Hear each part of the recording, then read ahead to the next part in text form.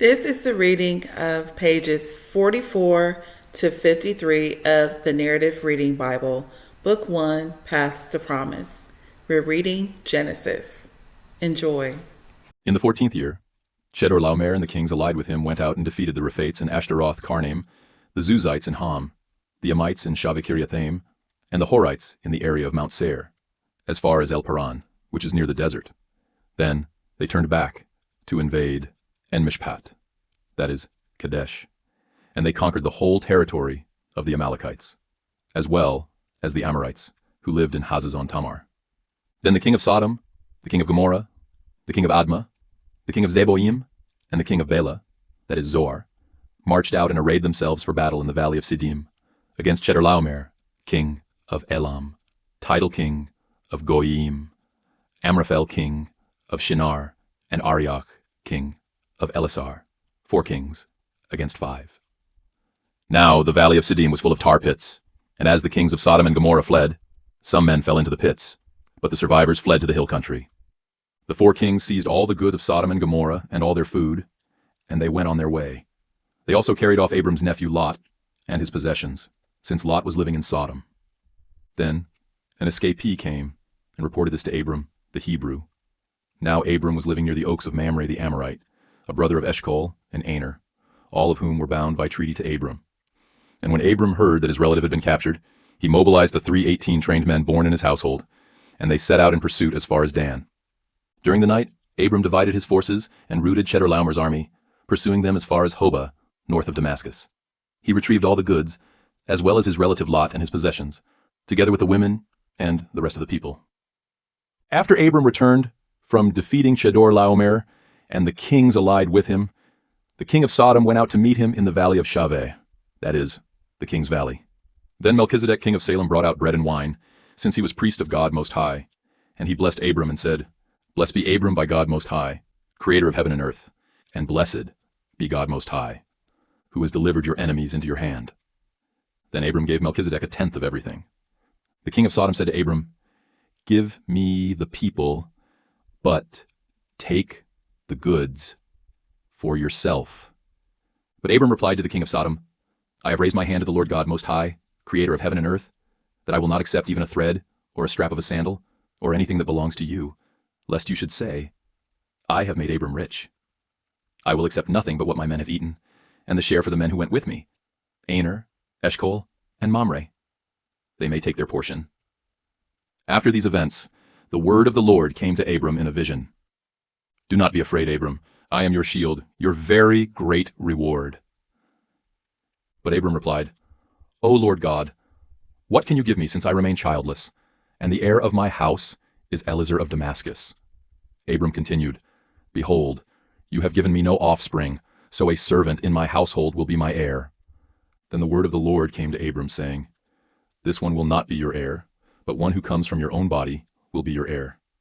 And the Lord took him outside and said, "Now look to the heavens and count the stars, if you are able." Then he told him, "So shall your offspring be." Abram believed the Lord, and it was credited to him as righteousness. The Lord also told him, "I am the Lord, who brought you out of Ur of the Chaldeans to give you this land to possess." But Abram replied, "Lord God, how can I know that I will possess it?"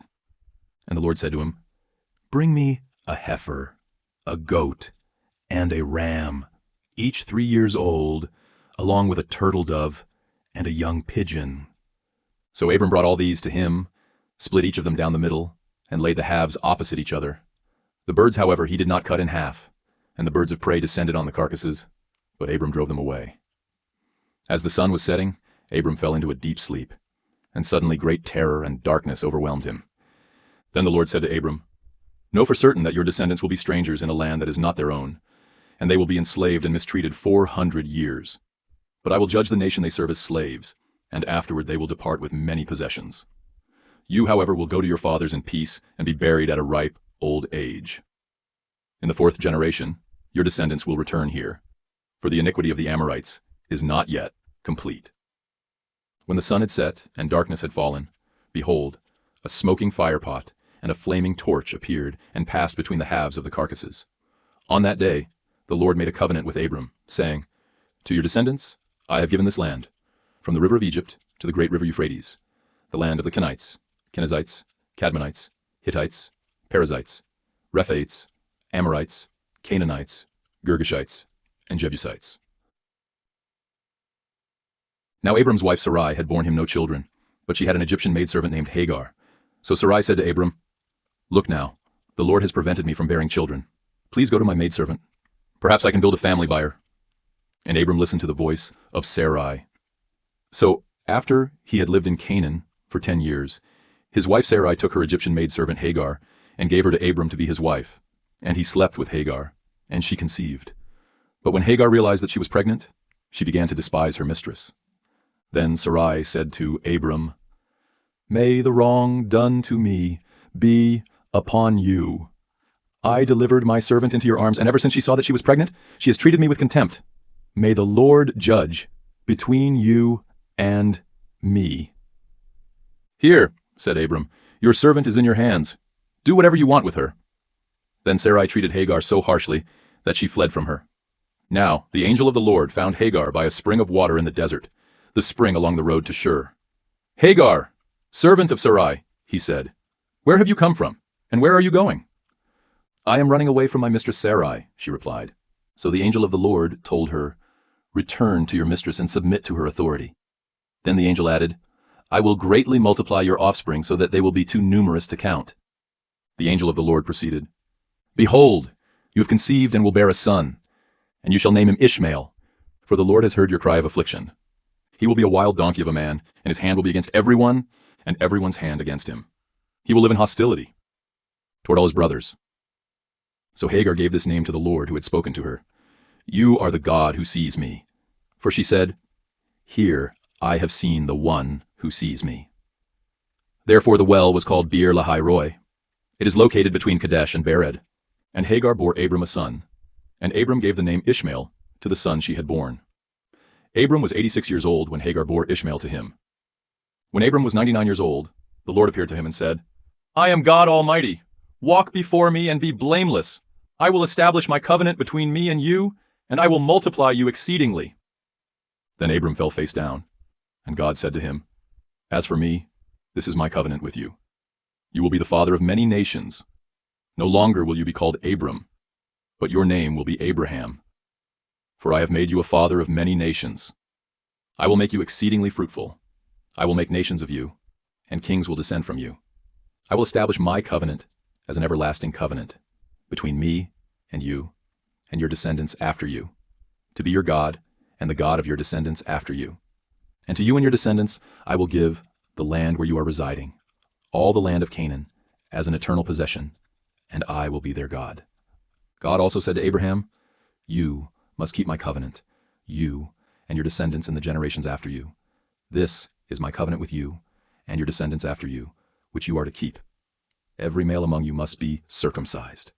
You are to circumcise the flesh of your foreskin, and this will be a sign of the covenant between me and you. Generation after generation, every male must be circumcised when he is 8 days old, including those born in your household and those purchased from a foreigner, even those who are not your offspring. Whether they are born in your household or purchased, they must be circumcised. My covenant in your flesh will be an everlasting covenant. But if any male is not circumcised, he will be cut off from his people. He has broken my covenant." Then God said to Abraham, "As for Sarai, your wife, do not call her Sarai, for her name is to be Sarah, and I will bless her and will surely give you a son by her. I will bless her, and she will be the mother of nations. Kings of peoples will descend from her." Abraham fell face down. Then he laughed and said to himself, "Can a child be born to a man who's 100 years old? Can Sarah give birth at the age of 90? And Abraham said to God, "Oh, that Ishmael might live under your blessing." But God replied, "Your wife Sarah will indeed bear you a son, and you are to name him Isaac. I will establish my covenant with him as an everlasting covenant for his descendants after him. As for Ishmael, I have heard you, and I will surely bless him. I will make him fruitful and multiply him greatly. He will become the father of 12 rulers, and I will make him into a great nation. But I will establish my covenant with Isaac, whom Sarah will bear to you at this time next year." When he had finished speaking with Abraham, God went up from him. On that very day, Abraham took his son Ishmael and all those born in his household, or purchased with his money, every male among the members of Abraham's household, and he circumcised them, just as God had told him. So Abraham was 99 years old when he was circumcised, and his son Ishmael was 13. Abraham and his son Ishmael were circumcised on the same day. And all the men of Abraham's household, both servants born in his household and those purchased from foreigners, were circumcised with him. Then the Lord appeared to Abraham by the oaks of Mamre in the heat of the day, while he was sitting at the entrance of his tent. And Abraham looked up and saw 3 men standing nearby. When he saw them, he ran from the entrance of his tent to meet them, and bowed low to the ground. "My Lord," said Abraham, "if I have found favor in your sight, please do not pass your servant by. Let a little water be brought, that you may wash your feet and rest yourselves under the tree. And I will bring a bit of bread, so that you may refresh yourselves. This is why you have passed your servant's way. After that, you may continue on your way." "Yes," they replied, "you may do as you have said." So Abraham hurried into the tent and said to Sarah, "Quick, prepare 3 seahs of fine flour, knead it, and bake some bread." Meanwhile, Abraham ran to the herd, selected a tender and choice calf, and gave it to a servant, who hurried to prepare it. Then Abraham brought curds and milk and the calf that had been prepared, and he set them before the men, and stood by them under the tree as they ate. "Where is your wife Sarah?" they asked. "There, in the tent," he replied.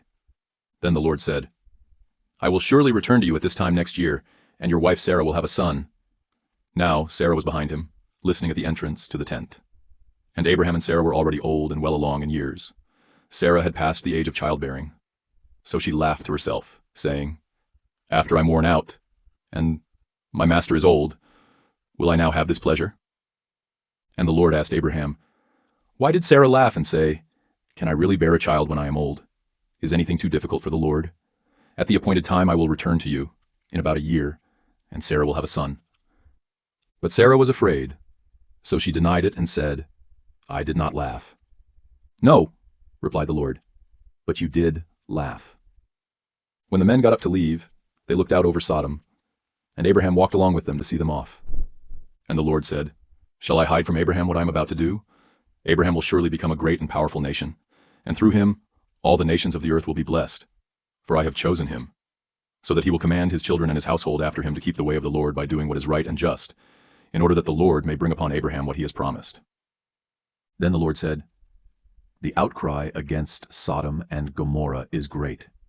Because their sin is so grievous, I will go down to see if their actions fully justify the outcry that has reached me. If not, I will find out.' And the 2 men turned away and went toward Sodom, but Abraham remained standing before the Lord. Abraham stepped forward and said, 'Will you really sweep away the righteous with the wicked? What if there are 50 righteous ones in the city? Will you really sweep it away, and not spare the place for the sake of the 50 righteous ones who are there? Far be it from you to do such a thing, to kill the righteous with the wicked, so that the righteous and the wicked are treated alike. Far be it from you. Will not the judge of all the earth do what is right?' So the Lord replied, 'If I find 50 righteous ones within the city of Sodom, on their account I will spare the whole place.' Then Abraham answered, 'Now that I have ventured to speak to the Lord, though I am but dust and ashes, suppose the 50 righteous ones lack 5. Will you destroy the whole city for the lack of 5? He replied, 'If I find 45 there, I will not destroy it.'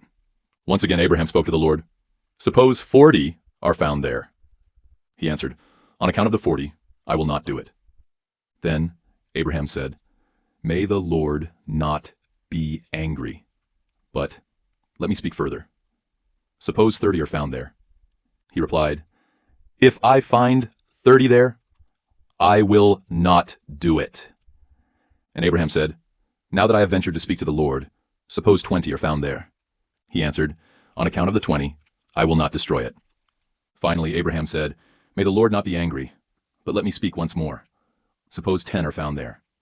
And he answered, 'On account of the 10, I will not destroy it.' When the Lord had finished speaking with Abraham, he departed, and Abraham returned home. Now the 2 angels arrived at Sodom in the evening, and Lot was sitting in the gateway of the city. When Lot saw them, he got up to meet them, bowed face down, and said, 'My lords, please turn aside into the house of your servant. Wash your feet and spend the night. Then you can rise early and go on your way.'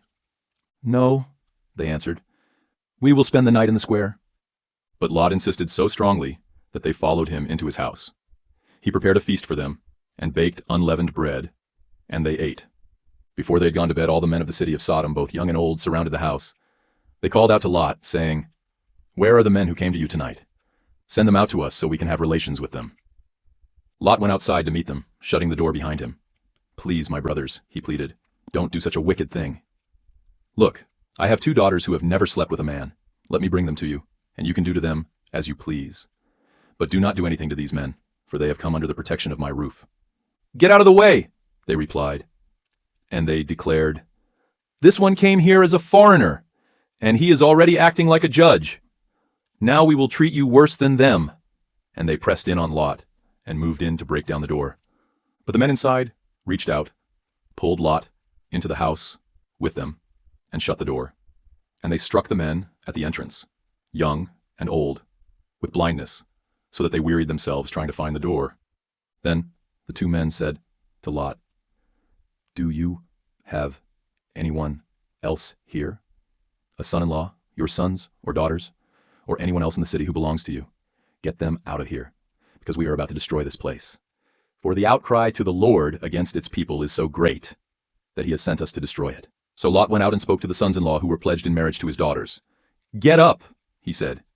"Get out of this place, for the Lord is about to destroy the city." But his sons-in-law thought he was joking. At daybreak, the angels hurried Lot along, saying, "Get up, take your wife and your 2 daughters who are here, or you will be swept away in the punishment of the city."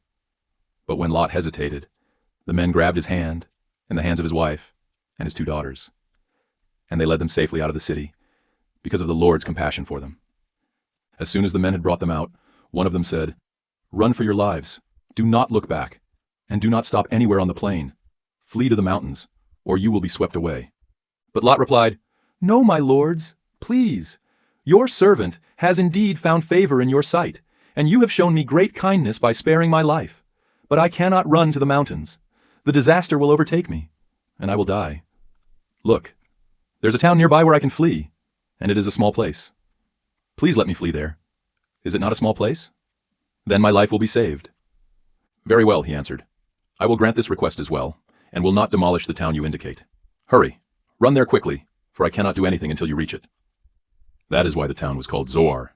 And by the time the sun had risen over the land, Lot had reached Zoar. Then the Lord rained down sulfur and fire on Sodom and Gomorrah, from the Lord out of the heavens. Thus he destroyed these cities and the entire plain, including all the inhabitants of the cities and everything that grew on the ground.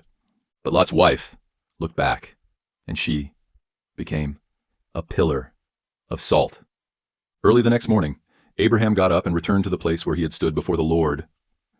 He looked down toward Sodom and Gomorrah and all the land of the plain, and he saw the smoke rising from the land like smoke from a furnace. So when God destroyed the cities of the plain, he remembered Abraham, and he brought Lot out of the catastrophe that destroyed the cities where he had lived.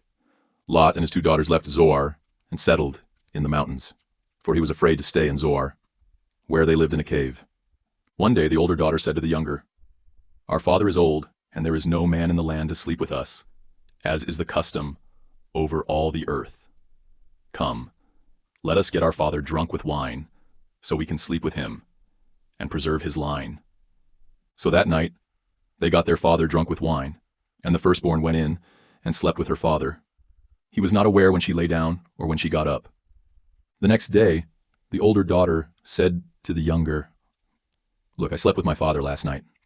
Let us get him drunk with wine again tonight, so you can go in and sleep with him, and we can preserve our father's line." So again that night they got their father drunk with wine, and the younger daughter went in and slept with him. He was not aware when she lay down or when she got up. Thus both of Lot's daughters became pregnant by their father.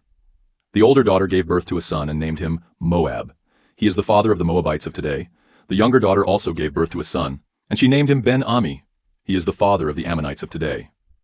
Now Abraham journeyed from there to the region of the Negev and settled between Kadesh and Shur. While he was staying in Gerar, Abraham said of his wife Sarah, "She is my sister." So Abimelech king of Gerar had Sarah brought to him. One night, however, God came to Abimelech in a dream and told him, "You are as good as dead because of the woman you have taken, for she is a married woman." Now Abimelech had not gone near her, so he replied, "Lord, would you destroy a nation even though it is innocent? Didn't Abraham tell me, 'She is my sister'? And she herself said, 'He is my brother.' I have done this in the integrity of my heart and the innocence of my hands." Then God said to Abimelech in the dream, "Yes, I know that you did this with a clear conscience, and so I have kept you from sinning against me. That is why I did not let you touch her. Now return the man's wife, for he is a prophet. He will pray for you, and you will live. But if you do not restore her, be aware that you will surely die, you and all who belong to you."